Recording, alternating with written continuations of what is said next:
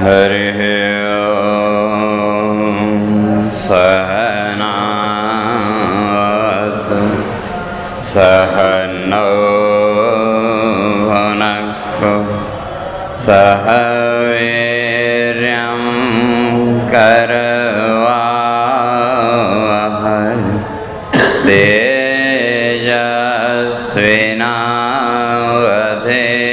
तेजस्विनावधीतमस्तु मा विद्विषावहै। ॐ शान्ति शान्ति शान्तिः। शङ्करं शङ्कराचार्यं केशवं बादरायणं सूत्रभाष्यकृतौ वन्दे भगवन्तौ पुनः पुनः। ईश्वरो गुरुरात्मेति मूर्तिभेदविभागिने व्योमवद्व्याप्तदेहाय दक्षिणामूर्तये नमः। ॐ शान्ति शान्ति शान्ति।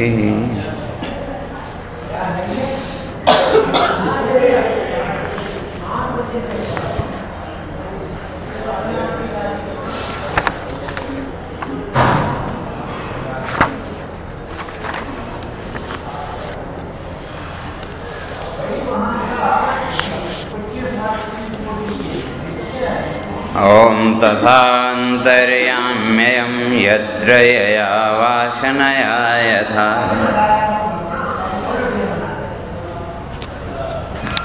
ॐ तथान्तर्याम्ययं यत्र यया वासनया यथा विक्रियेत तथा अवश्यं भवत्येवं न संशयः। ईश्वरः सर्वभूतानां हृद्देशेऽर्जुन तिष्ठति। भ्रामयन् सर्वभूतानि यन्त्रारूढानि मायया। सर्वभूतानि विज्ञानमयास्ते हृदये स्थिताः। तदुपादानभूतेस्तत्र विक्रियते खलु। देहादिपञ्जरं यन्त्रं तदारोहोऽभिमानिता। विहितप्रतिषिद्धेषु प्रवृत्तिभ्रमणं भवेत्। विज्ञानमयरूपेण तत्प्रवृत्तिस्वरूपतः स्वशक्तेषो विक्रियते मायया भ्रामणं हि तत्। अन्तर्यमयतीत्युक्त्या अयमेवार्थः श्रुतौ श्रुतः। पृथिव्यादिषु सर्वत्र न्यायोऽयं योज्यतां धिया। जानामि धर्मं न च मे प्रवृत्तिः जानाम्यधर्मं न च मे निवृत्तिः। केनापि देवेन हृदि स्थितेन यथा नियुक्तोऽस्मि तथा करोमि। नार्थपुरुषकारेण इत्येवं मा संख्यतां यतः। ईशः पुरुषकारस्य रूपेणापि विवर्तते। ईदृग्बोधेनेश्वरस्य प्रवृत्तिर्मेव वार्यताम्। तथापि सस्य बोधेन स्वात्मा संगत्वधीजने। तावता मुक्तिरित्याहुः श्रुतयः स्मृतयस्तथा। श्रुतिस्मृतिममेवाग्रे इत्यपीश्वर भाषितम्। दो विचार चल रहा था कि जो ईश्वर है तो कह के आए थे कि विचार करके देखो जो अंतिम विश्रांति,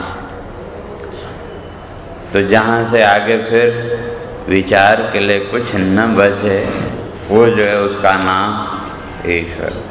तो उदाहरण दिया था जैसे पट का, कपड़े का, तो कपड़ा भी तंतु के बिना नहीं रह सकता। तो जो कपड़ा सामने दिखा उसका आधार तंतु धागा, और वो जो धागा है उसका आधार कपास, रुई आदि, और उसका आधार वृक्ष है। तो इस तरह से पीछे चलते चलो तो एक स्थिति ये आएगी जिससे पीछे अब आप नहीं जा सकते। तो कह के है उसका नाम ईश्वर। और जैसे वो तंतु हरे कपड़े में है, तो कहा उसी तरह से इस संपूर्ण ब्रह्मांड में भी मूल रूप से तो वही ईश्वर तत्व बैठा हुआ है। तो तब कह के आए थे कि वो तो ठीक है, लेकिन ये जितना भी ये जगत है, ये जगत दिखा कैसे फिर? तो कहा कि जैसे वो कपड़े को इकट्ठा किया तो कपड़े में बने हुए जो दृश्य थे वो हमारे लिए तो गायब हो गए, और उस कपड़े को फिर फैला दिया तो दृश्य दिखने लगे। तो इसी तरह से कहा कि ये संपूर्ण जो जगत है ये भी क्या है? माया का पर्दा। लेकिन इस माया के पर्दे को खोलने और लपेटने वाला कोई न कोई तो होगा। तो वो जो नियंता है उसका नाम ईश्वर। और वो जो माया है तो कहा वो स्वयं में अपने आप में स्वतंत्र नहीं है। ठीक है, पहले कह के आए थे कि आवरण तक तो वो स्वतंत्र है, कि जीव की जो ज्ञान शक्ति है उस ज्ञान शक्ति को अपने आवरण के द्वारा ढकने में वो समर्थ है, उतने अंश में स्वतंत्र, और बाकी अंश में तो वो परतंत्र। कोई न कोई नियामक तो उसका वो चाहिए। तो तब वहाँ इस बात को स्पष्ट करते हैं कि भाई ठीक है, आपने नियामक भी माना, माया को भी माना, और आप सर्वत्र उसको अनुस्यूत मान रहे हैं, व्याप्त मान रहे हैं धागे की तरह। तो कहा जितने भी प्राणी हैं, तो अगर सर्वत्र वही तत्व है तो सबको अनुभूति होनी चाहिए, और वो भी कैसी? एक जैसी होनी चाहिए। हर एक प्राणी को उस तत्व की जो अनुभूति है वो एक जैसी, चाहे वो सुखी हो चाहे दुखी हो, मैं सुखी हूँ, मैं दुखी हूँ इत्यादि, एक जैसी सबकी होनी चाहिए। लेकिन वो तो दिखता नहीं है।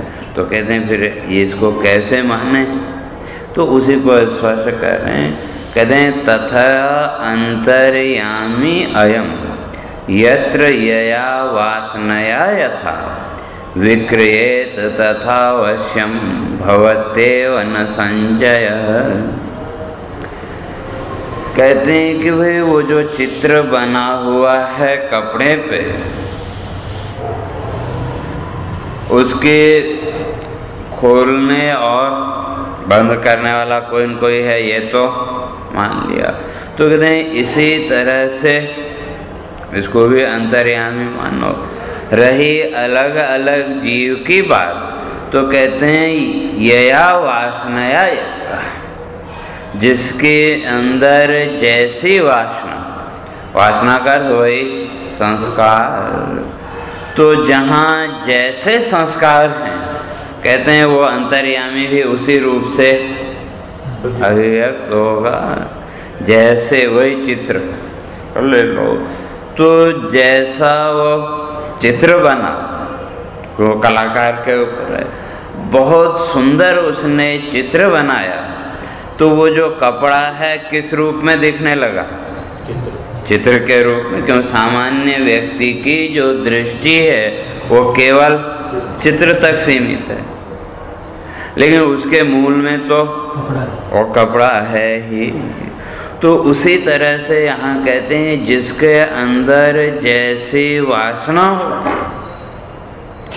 यत्र यया वासनाया, जहाँ जैसी वासना होती, तो उसी आधार पर ये जो अंतर्यामी है, कहते हैं ये भी क्या होता है, विक्रियते, उसमें भी वैसा विकार आ जाएगा। जैसे यूँ समझो दर्पण है, तो 2-4 दर्पण आप रखो, अलग अलग रंग के, अलग अलग डिजाइन के, तो और उनको किया सूर्य के सामने और थोड़ा सा तिरछा कर दिया, तो उसकी जो छाया है, परावर्तित जो प्रकाश है, वो पड़ा दीवार पर, तो दीवार पर वो कैसा दिखेगा, जैसा वो दर्पण है, जैसा आकार है वैसा। और उसके साथ साथ वो जो प्रकाश का जो रंग है, वो जैसा दर्पण का रंग होगा उसके आधार पर दिखेगा।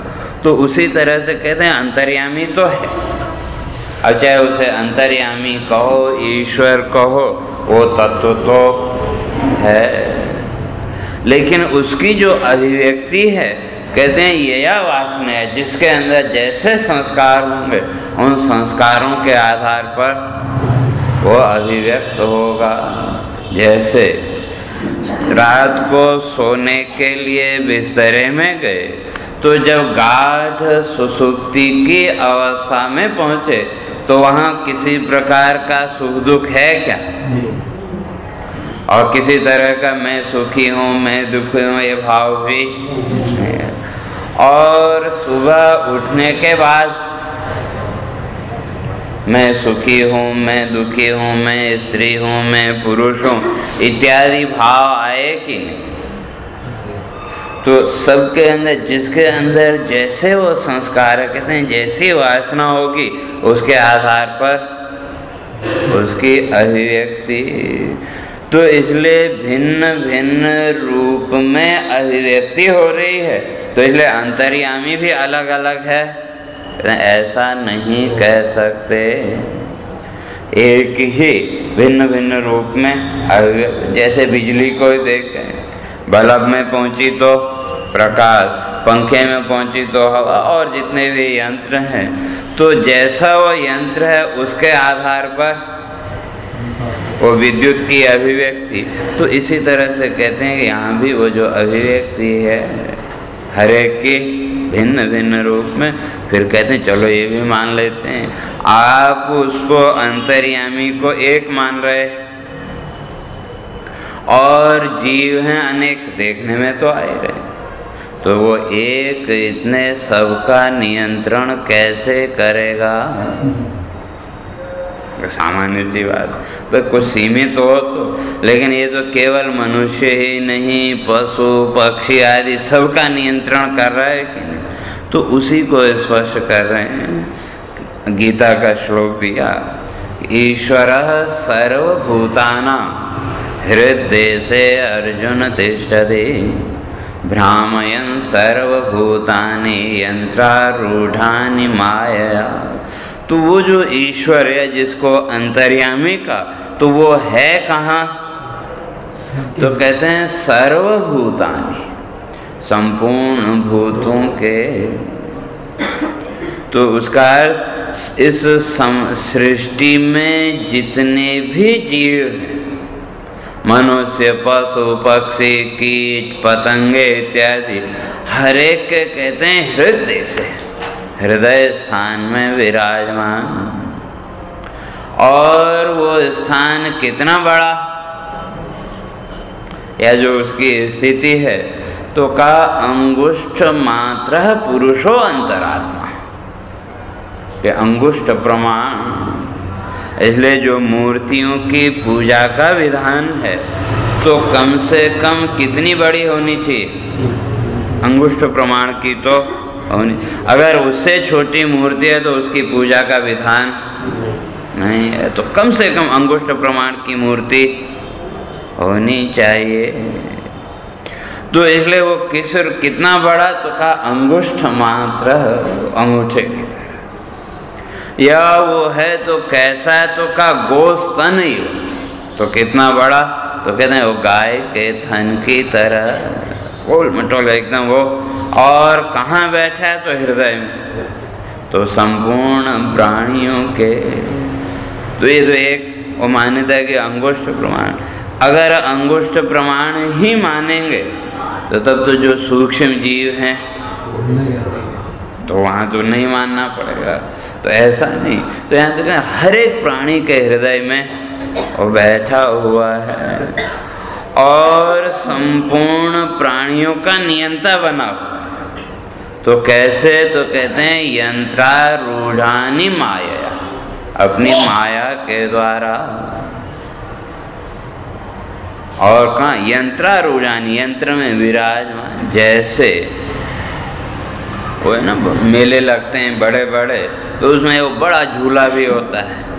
अब आजकल तो मोटरें आने लग गई, लेकिन पहले क्या था, वो पहले हाथ से घुमाते थे, फिर धीरे धीरे दो आदमी ऊपर चढ़ जाते थे और यूं दोनों हाथ और पैर से और चलते रहते थे। तो आपको लगता है कि वो एक जगह ही खड़ा, और वो 2-3 आदमी लगातार उस झूले को घुमाए। और अब जब आप यंत्र में बैठे, तो अब जब वो यंत्र चलना शुरू हुआ तो बीच में उतर सकते हैं क्या? जब एक बार शुरू हो गया तो फिर तो जब तक वो चक्कर पूरा नहीं होगा तब तक उतर नहीं सकते। तो आगे स्पष्ट करेंगे कि इसी तरह से ये जितने भी शरीर हैं ये भी क्या है, कहते हैं ये भी यंत्र है। जैसे उस यंत्र में आप बैठे, झूले में बैठे, तो बैठे तो आगे से वो क्या करता है, एक वो सरिया होती है उसके द्वारा एकदम बंद कर दिया कि ताकि आप निकल न सकें। एक तरह से पिंजरे में कैद हो गए कि। और अब जब वो झूला चलने लगा तो आपके नियंत्रण में, तो आपने पैसा दिया तो उतना तो वो घुमाएगा। तो उसी तरह से कहते हैं भ्रामयन सर्वभूतानि, ये जितने भी प्राणी हैं इन संपूर्ण प्राणियों को क्या कर रहा है, घुमा रहा है। तो कैसे, तो कहते हैं पुण्य पुण्य भोगेन, जैसे भी उसका कर्म फल भोग है, उस कर्म फल भोग के आधार पर ऐसो चला रहा। कौन? वही ईश्वर। कहाँ बैठा हुआ है?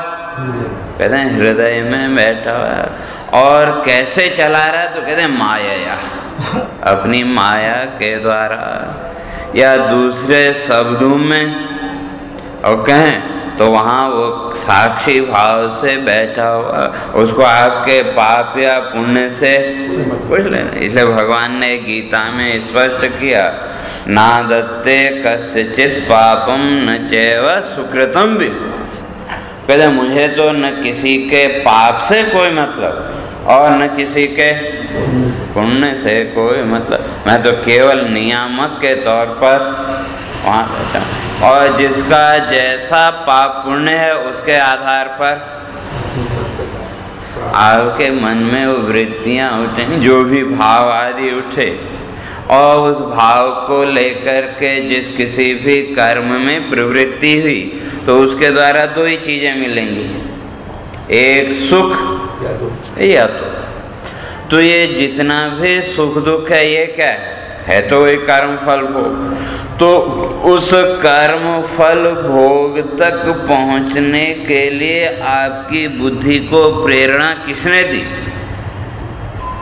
कोई न कोई तो है, कुछ तो है। कई बार तो हम विचार, लेकिन कई बार मन में कोई विचार आया हो क्या, लेकिन वो प्रेरणा कहाँ से मिली उसका विचार नहीं कर पाते। तो वह कहते हैं वो बुद्धि रूप से उन भावों को जो अभिव्यक्त कर रहा, अर्थात वो कर्म फल भोग के आधार पर वो बुद्धि वृत्ति आदि का जो नियमन कर रहा है, तो उसी का नाम ईश्वर। और कहाँ बैठा है? तो कहते हैं हृदय से, हृदय में विराजमान। तो उसी को स्पष्ट कहा कि ठीक है आप कहते तो, लेकिन हृदय में बैठा कैसे है? केवल कहने से तो काम नहीं चला। ठीक है कह लिया सुन लिया, लेकिन वो हृदय में किस रूप से विराजमान है? कोई रूप तो उसका होना चाहिए। तो वह कहते हैं सर्वभूतानि विज्ञानमय आस्ते हृदय स्थिता। कहते हैं ये जो हृदय में आपके क्या है? विज्ञान। तो विज्ञान का अर्थ विशिष्ट बोध।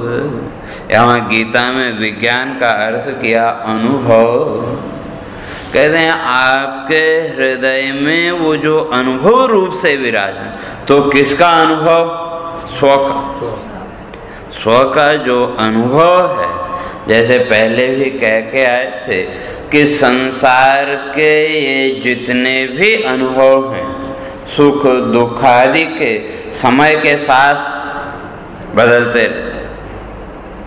सुख का अनुभव भी बदला, दुख का अनुभव भी बदला, बाकी जितने भी जगत के अनुभव थे वो समय के साथ बदलते गए। लेकिन मैं का अनुभव, हाँ ठीक है थोड़ी देर के लिए भले ही मैं के पर आरोपित कर लिया हो सुख दुख आदि को, लेकिन सबसे परे हट करके जब उस मैं का विचार करेंगे तो मैं का अनुभव जैसा बचपन में था आज भी वैसा ही। और ये अनुभव हो कहाँ रहा है? वही हृदय में। या कई बार बहुत दुख की वो हो या बहुत प्रसन्नता का वो हो, तो उस समय भी उसकी अनुभूति होती है कि तो कहाँ? वही हृदय में। तो ये कहते हैं वो हृदय में हृदय स्थित है। हृदय में बैठा किस रूप में? तो कहते हैं विज्ञानमय, विज्ञान रूप। और केवल एक के ही हृदय में बैठा है ऐसा नहीं। कहते हैं समष्टि अंतःकरण है। इस संपूर्ण ब्रह्मांड में जितने भी जीव हैं, हर एक जीव के अंदर वो बैठा हुआ है। और वहाँ बैठे बैठे क्या कर रहा है? बैठा तो हुआ है।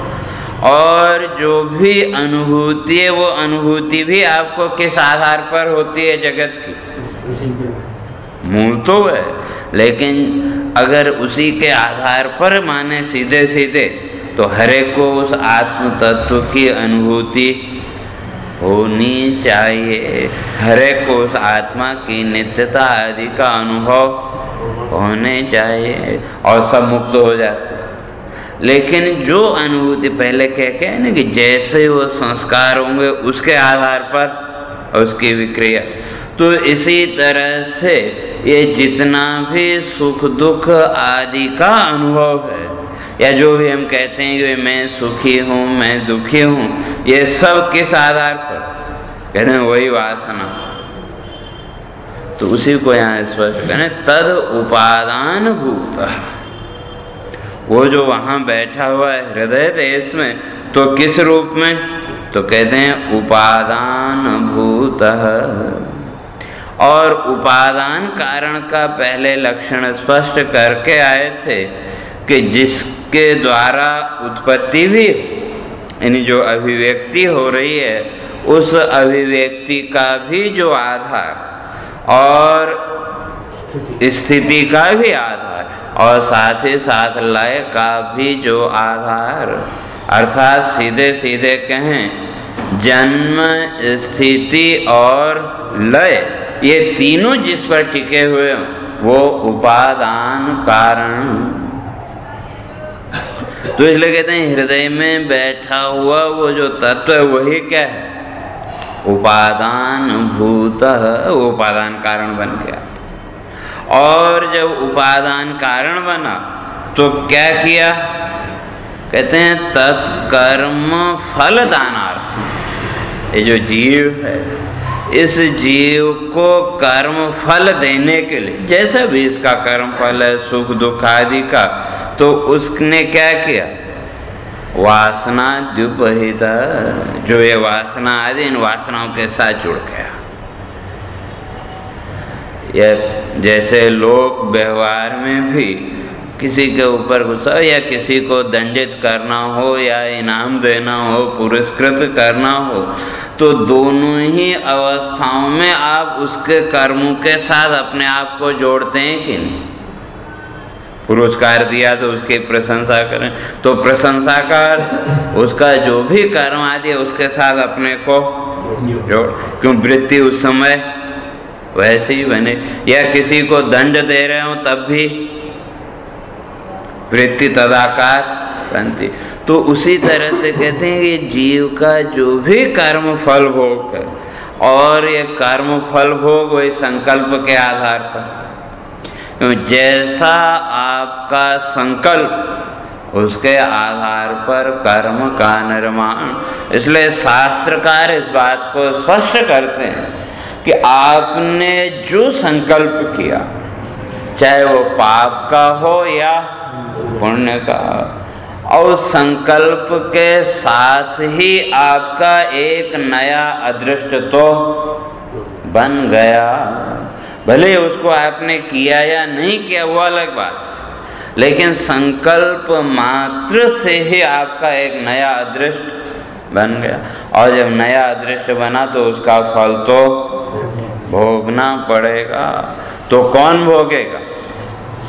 जो करता है, जिसके अंदर कर्ता पने का अहंकार होगा तो वही और फल भोगेगा।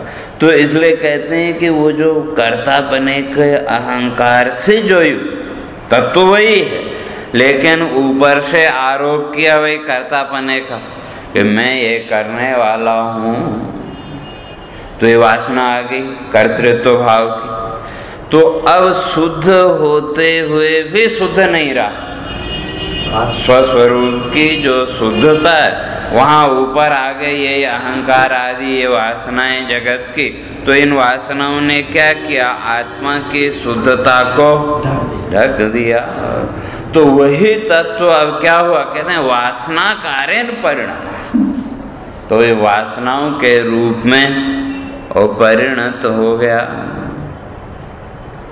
तो इसलिए उस वासना को लेकर के तत्त रूप में प्राप्त होती है, उसको प्राप्त करता है। और ये सब क्या कहते हैं? ये जीव के ये जो वासना क्या कहते हैं? जीव के अंतःकरण में स्थित वही संस्कार। और ये परिणाम कैसे हुआ? तो कहते हैं वही अंतःकरण के द्वारा। और अंतःकरण का पहले दर्पण के द्वारा स्पष्ट करके आए थे कि जैसी पॉलिश होगी प्रतिबिंब भी वैसा ही। तो कहने का अर्थ जैसी वासना या जैसा वो कर्म फल भोग है, कहते हैं उसके आधार पर उन वासनाओं को लेकर के वो आत्मा का क्या हो गया? अभिव्यक्त हो गया। उसकी उस रूप में वो अभिव्यक्ति। इसलिए कहते हैं तद उपादान भूतः ईशा। वो जो ईश्वर है वो वहाँ उपादान कारण बन गया। और विक्रियते कहते हैं उसमें विकार सा दिखने लगा। विकार है नहीं, लेकिन उपाधि के कारण क्या बन गया? विकार सा दिखने लगा। तो कहते हैं कि भाई आपने कहा यंत्रारूढ़ानी, ठीक है, उपादान कारण तो ये मान लिया, चलो, लेकिन यंत्र कहाँ है? तो ये कहते हैं देहादि पंजरम यंत्रम तद आरोहो हिमानिदा विहित प्रतिषिद्धे सुप्रवृत्ति भ्रमणम भवे। तो पहले कह के आए थे कि भ्रामयन सर्वभूतानि यंत्रारूढ़ानि माया। तो वह कहते हैं कि भाई फिर ये भ्रमित कैसे होता है, घूमता कैसे है, और ये यंत्र क्या है? तो कहते हैं देहादि पंजरम, कहते हैं शरीर रूपी पिंजरा। शरीर को क्या कह रहे? पिंजरा। और ये पिंजरा क्या कहते हैं? यंत्र। जैसे होता है ना, उसमें बैठे झूले में, और जैसे ही बैठे सामने से उसने वो बंद कर दिया, और जब तक अब वो खोलेगा नहीं तब तक आप उसमें से बाहर निकल नहीं सकते। तो यंत्र भी है और साथ ही साथ पिंजरा भी हो गया कि नहीं, कैद खाना, तो उतनी देर तक आप उससे निकल नहीं सकते। तो उसी तरह से ये शरीर को देखो तो ये भी एक क्या यंत्र है, और कैसा यंत्र आज तक कोई पूरी तरह से खोज नहीं पाया। और परमात्मा की सृष्टि का सबसे विशिष्ट यंत्र, और यंत्र होते हुए भी पिंजरा है कि नहीं, क्यों जब तक वो कर्म फल भोग है तो तब तक भोगना पड़ेगा, बच नहीं सकते। हाँ, एक पिंजरा छूट गया दूसरा मिलेगा, दूसरा छूट गया तीसरा मिलेगा। तो इसलिए जहाँ तक जीवन की बात है तो उसके लिए भी कहते हैं 3 चीजें चाहिए, पात्र, भोग और संस्कार। तो पात्र हो गया ये शरीर, तो भोग वही सुख दुखादि भोग, और संस्कार वो श्वास प्रश्वास की जो गति चल रही है। तो जब तक ये तीनों व्यवस्थित हैं तो तब तक जीवन चलता रहेगा। और जहाँ इन तीनों में से एक में भी ऊपर नीचे हुआ, राम नाम सत्य। तो ये जो यंत्र है इसमें पिंजरा बना इन 3 से। जो पिंजरा है उसके लिए भी भौतिक अवयव तो चाहिए, तो भौतिक रूप से हो गया ये शरीर पात्र के बर्तन की तरह, और वो सुख दुख आदि भोग वो भी इसके साथ जुड़ गए, और साथ में वो श्वास प्रश्वास की गति। तो इन तीनों के द्वारा ये क्या बन गया, यंत्र, वही पिंजरे की तरह। तो वही कहते हैं देहादि पंजरम यंत्रम। तो सबसे बड़ा जो यंत्र है वो क्या कहते हैं, ये शरीर आदि। और इस शरीर में क्या किया, कहते हैं तद आरोहो हिमानिता। कहते हैं इसमें चढ़ गया और अभिमान करने लगा, अहंकार करने लगा। जैसे कोई गाड़ी में चढ़े, ट्रेन में गए, एक सीट बुक कराई है, तो जैसे ही वहाँ पहुँचे तो उस सीट के साथ अहंकार अपना जोड़ लेते हैं कि नहीं, तो ये मेरी सीट है। लेकिन यहाँ शरीर और उसमें थोड़ा सा अंतर है।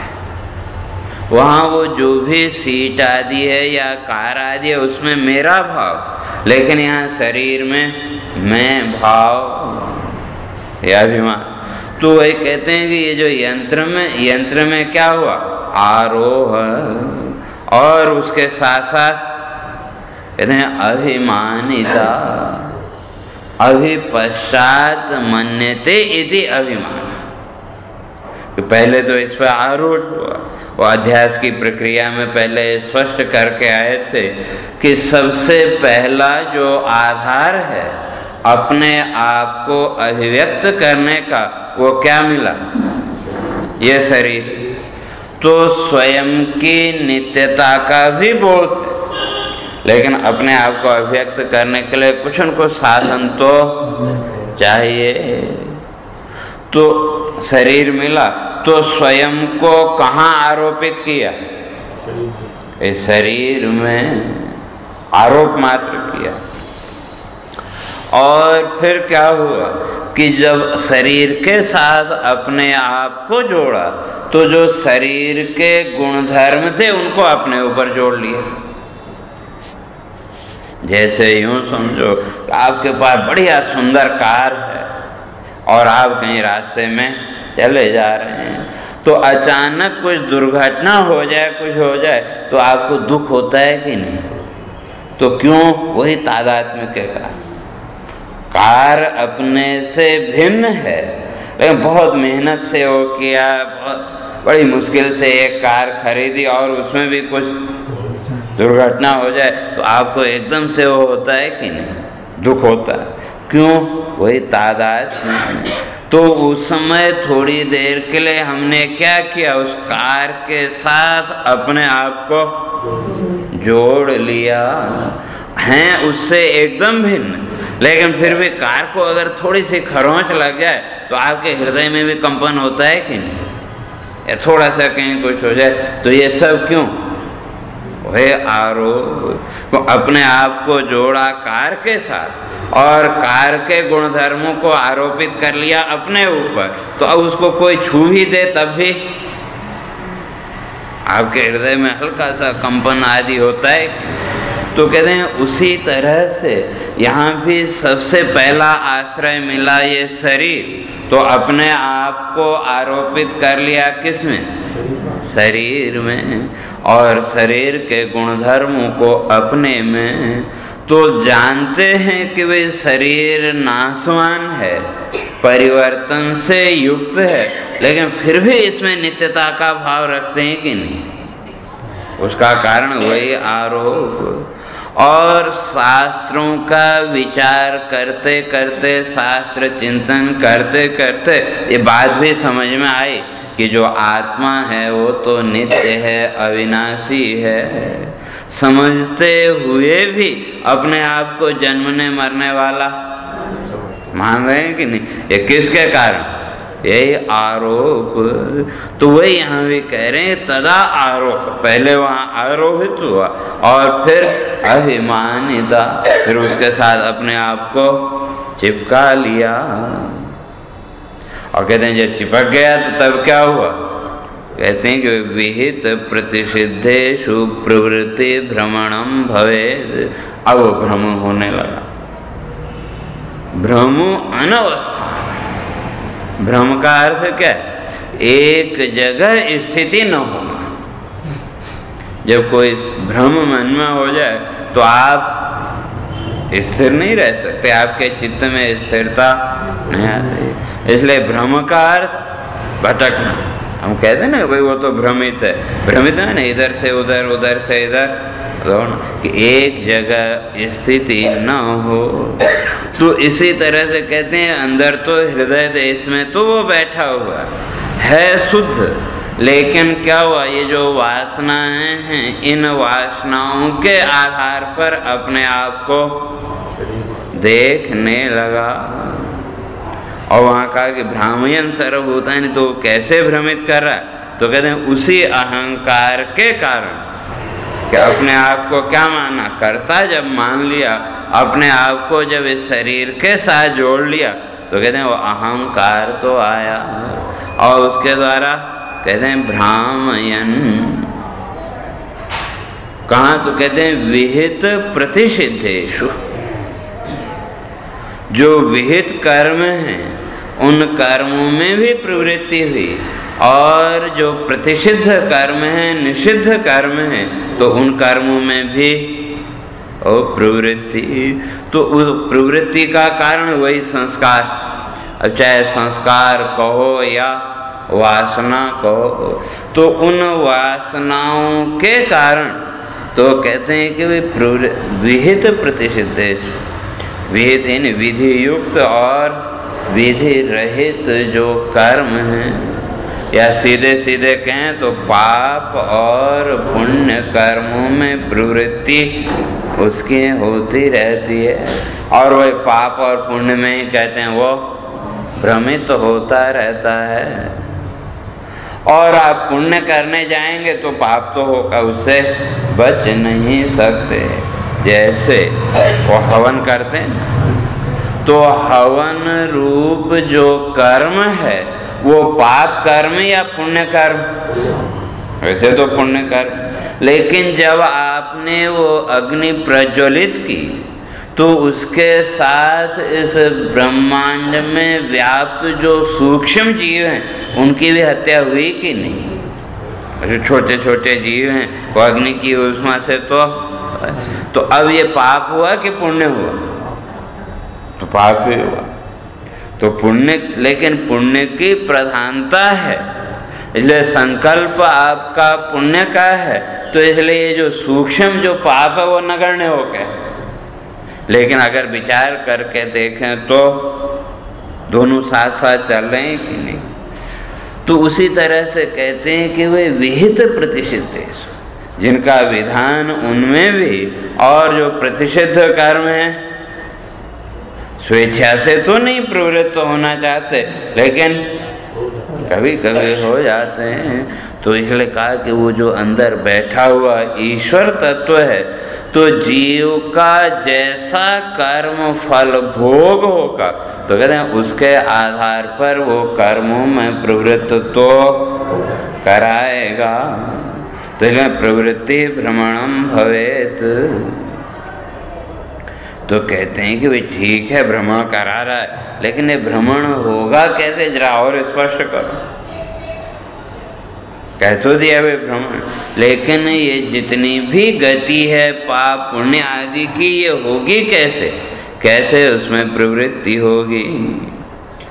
तो उसी को आगे स्पष्ट करते हैं, कहते हैं विज्ञानमय रूपेण तत्प्रवृत्ति स्वरूपतः स्वशक्तिशो विक्रियते मायया ब्राह्मणम हि तत्।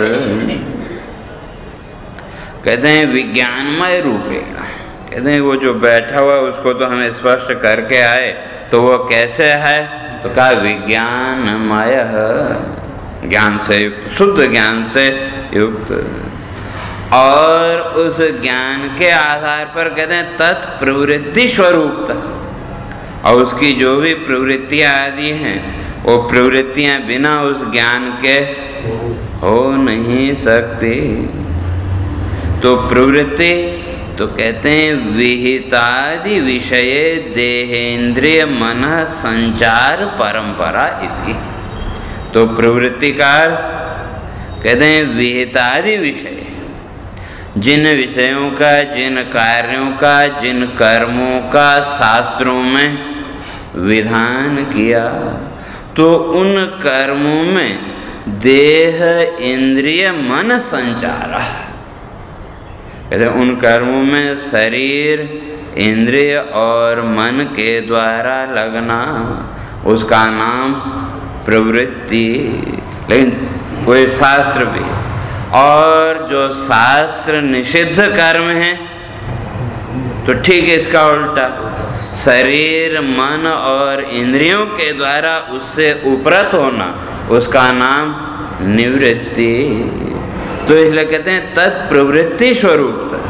तो वो जो विज्ञानमय रूप में अंदर बैठा हुआ है, कौन, वही ईश्वर कहो, चेतन कहो, अंतर्यामी कहो, तो कहते हैं उसकी जो जगत में प्रवृत्ति है तीन के द्वारा, शरीर इंद्रिय और मन। और जैसे पहले स्पष्ट करके आए थे कि सुबह जब आपकी आँख खुली, वो प्रक्रिया बता के आए थे, पहले अहंकार, फिर बुद्धि, फिर चित्त और उसके बाद मन। तो मन तक जब वो आत्म प्रकाश आया तो मन ने क्या किया, मन का काम संकल्प विकल्प करना, क्या करना है क्या नहीं करना, और बुद्धि का काम निश्चय करना।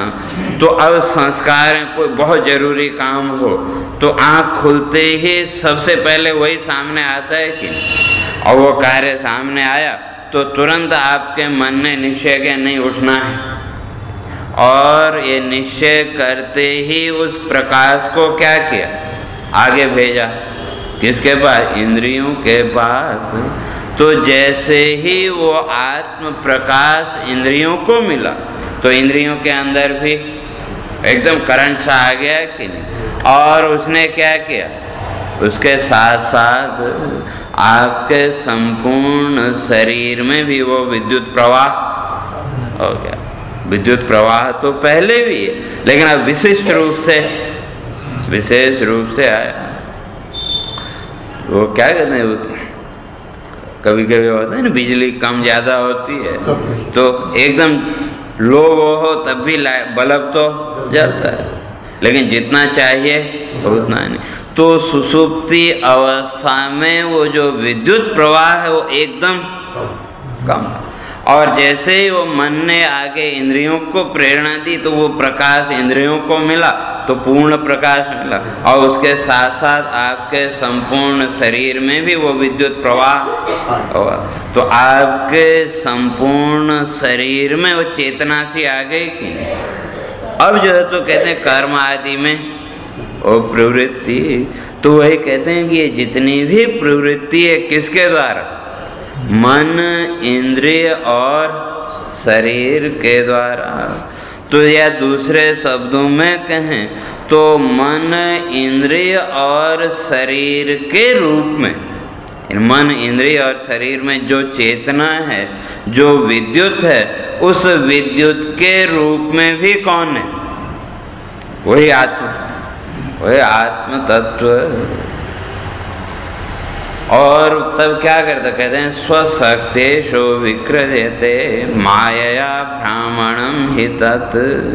कहते हैं स्वशक्त्या, अपनी शक्ति के द्वारा विक्रियते, कहते हैं वो विकार वो आने लगे, अनेक रूपों में परिणत होने। फिर वहीं आ जाओ सुषुप्ति में, तो सुषुप्ति अवस्था में शुद्ध अवस्था स्वस्वरूप के, वहाँ कोई विकार, कोई प्रवृत्ति या निवृत्ति नहीं है। और जब आँख खुली तो धीरे धीरे क्या हुआ? वो जो अंतःकरण में जैसे संस्कार हैं तो उसके आधार पर वो धीरे धीरे अभिव्यक्ति होने लगी। तो इसलिए कहते हैं जैसे वो सुषुप्ति से जब आप जागृत में आए तो जागृत में आते ही आपका कर्म फल भोग शुरू हो गया कि नहीं? वैसे तो जो सुषुप्ति है उसको भी कर्म फल भोग ही माना, क्यों? उतनी ही देर आप सुषुप्ति में रह सकते, एक निश्चित सीमा से ज्यादा भले ही बिस्तरे पे करवटें बदलते रहो, वो बात अलग है, लेकिन जो सुषुप्ति की अवस्था वो सीमित है। क्यों? कहते हैं उतना आपका कर्म फल भोग है वो। और फिर जैसे ही आँख खुली तो आँख खुलने के साथ ही कर्म फल भोग शुरू हो गया कि नहीं? सुख दुख आदि जो भी। तो वही कह रहे हैं कि भाई स्वशक्तिया, तो अपनी ही शक्ति से उसने क्या किया? इन संस्कारों को भी प्रकाशित किया, जो भी सुख दुख आदि के संस्कार हैं उनको भी प्रकाशित किया, और स्वयं अपनी ही माया के द्वारा क्या बन गया? सुखी या दुखी। संस्कारों को भी प्रकाशित किया और स्वयं ही सुखी या दुखी, जैसे यूं समझो। और कभी कभी आप विचार करते हैं, कल्पना कर रहे हैं, और कल्पना करते करते कभी वो दुख का भाव भी आ जाता है कि किसी व्यक्ति की आपने कल्पना की, अचानक उसके अंदर वो दुख का वो आ गया। तो ये दुख के भाव प्रकाशित कहाँ आपने किए? वो काल्पनिक जो व्यक्ति है। तो अब उससे दुखी कौन? वो होना चाहिए, लेकिन उस तादात्म्य के कारण हमको भी थोड़ा सा वो दुख की अनुभूति होती है। ठीक है, बाहर से भले ही चेहरे में कोई अंतर ना है, लेकिन आपके हृदय की धड़कन तो उससे बढ़ती। तो क्या हुआ? स्वयं ही उसका निर्माण भी किया, और उसके सुख दुख के जो संस्कार थे उनको भी किया। और वो जो सुखी या दुखी आप देख रहे हैं कल्पना के व्यक्ति को, उस रूप में भी किसको देख रहे हैं? अपने आप को ही। तो उसी तरह से यहाँ कहते हैं कि वो जो माया है, वो व्यक्ति का जो भी कल्पना में हमने निर्माण किया, वो किसके द्वारा? अपनी माया के द्वारा। तो उसी तरह से हृदय में बैठा हुआ वो जो तत्व है, कहते हैं वो अपनी माया के द्वारा इन संस्कारों को भी प्रकट करता है, और फिर उन संस्कारों के अनुसार तत्त रूप में भी परिणत होता चला जाता है।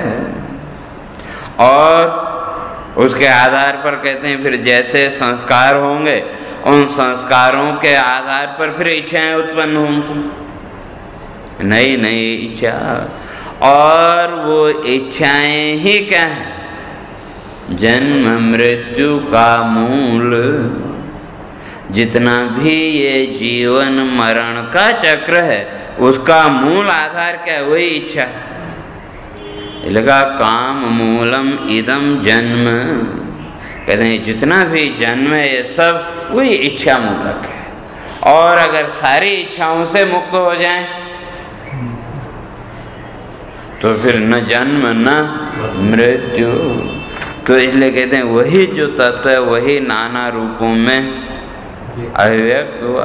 तो कहते हैं जैसे यहाँ हमने जीव में माना, तो कहते हैं इसी तरह से इस ब्रह्मांड के प्रत्येक पदार्थ में उसका अनुमान कर लो। जैसे आपके अंदर बैठ के नियमन कर रहा है, तो कहते हैं इसी तरह से सर्वत्र उसका अनुमान कर लो। तो उसी को स्पष्ट करें, अंतर्यमयति इत्युक्त्या अयमेवार्थ श्रुतौ श्रुतः पृथिव्यादिषु सर्वत्र न्यायोऽयं योज्यतां धिया।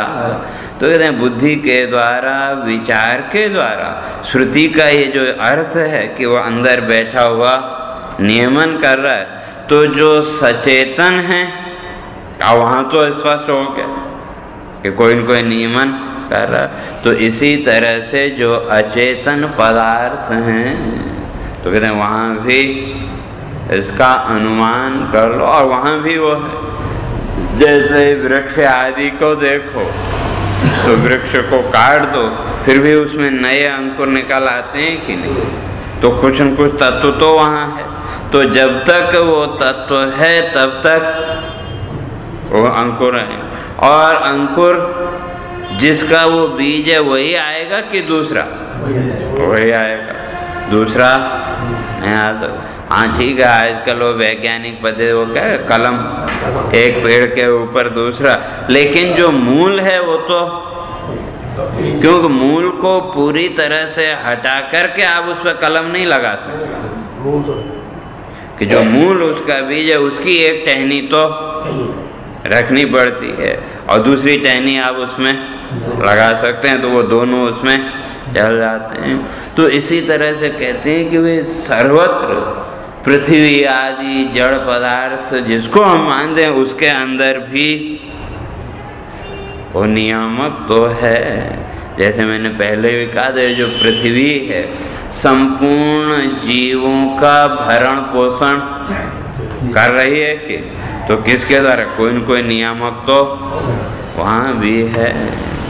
तो इसलिए कहते हैं इस तरह से सर्वत्र इस न्याय को, यानी इस तर्क के द्वारा सर्वत्र उस अंतर्यामी को देख। और ये दृष्टि में इतनी व्यापकता आ गई, तो कहते हैं फिर सर्वत्र उस परमात्मा का ही दर्शन। और उसके लिए फिर प्रमाण दे रहे हैं, कहते हैं हम ऐसे ही नहीं कह रहे हैं, इसके लिए प्रमाण भी है जो पूर्व में हो गए धृतराष्ट्र आदि, तो उनका भी वो प्रमाण। तो भगवान ने बहुत समझाया महाभारत के समय धृतराष्ट्र को। तो वहाँ धृतराष्ट्र बड़ी सुंदर बात कहता है, कहा भगवान मैं सब जानता हूँ, धर्म भी जानता हूँ और अधर्म भी जानता हूँ, लेकिन क्या करूँ, मैं बाध्य हूँ कि कुछ ऐसा है अंदर कि जो मुझे अब बाध्य करता है। तो वो कौन? तो कहते हैं वही ईश्वर, वही नियंता। सब कुछ जानते हुए भी जो आपको आपके कर्म फल भोग के आधार पर कर्म करने के लिए जो बाध्य करे, उसका नाम अंतर्यामी या ईश्वर। तो इसकी चर्चा आपने फिर कल करेंगे। अब सीधे होके हरे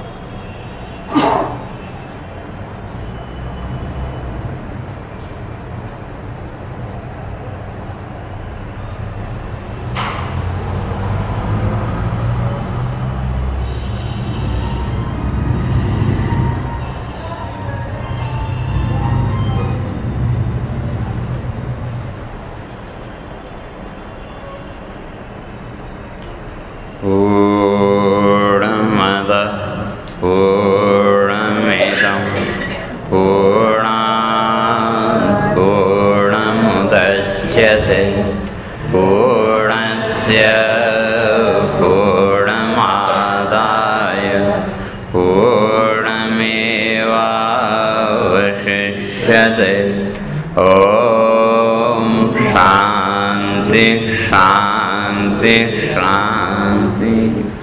शंकरं शंकराचार्यं केशवं बादरायणं सूत्रभाष्यं